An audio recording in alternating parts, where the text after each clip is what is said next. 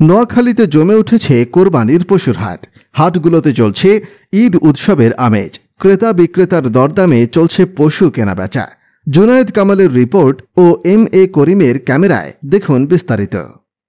সারা দেশে কোরবানি উপলক্ষে ছোট ও মাঝারি আকারের গরুর ব্যাপক চাহিদা দেখা যায়। এইসব গরুর মূল্য গত বছরের তুলনায় 20 থেকে 25 হাজার টাকা পর্যন্ত বাড়তি দামে হাঁকানো হচ্ছে বলে অভিযোগ করেছেন অধিকাংশ ক্রেতা। তবে ব্যাপারী এবং খামারিরা বলেছেন, গরুর খাদ্যের দাম বেড়ে যাওয়া, পরিবহন খাতে বাড়তি খরচ, অতি গরমে গরু লালনে অতিরিক্ত যত্নসহ নানাবিধ কারণে গরুর দাম বেড়ে গেলেও ন্যায্য দাম হাঁকাচ্ছেন না ক্রেতারা। নোয়াখালীর 9টি উপজেলায় প্রায় 47টি স্থানে মিলেছে পশুর হাট। এইসব হাটে ছোট আকারের গরু 50 থেকে 60 হাজার, মাঝারি আকারের গরু 60 থেকে 80 হাজার এবং বড় গরু 1 থেকে 2 লাখ টাকায় বিক্রি হচ্ছে।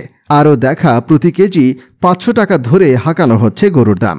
এই দামে কিছুটা ক্ষতির মুখে রয়েছেন বলে জানিয়েছেন খামারি ও বিক্রেতারা। তবে খুশি ক্রেতারা। অপেক্ষাকৃত কম দামে গরু মেলায় এইসব হাটে পাইকারদের আনাগোনা খুব বেশি দেখা যায়।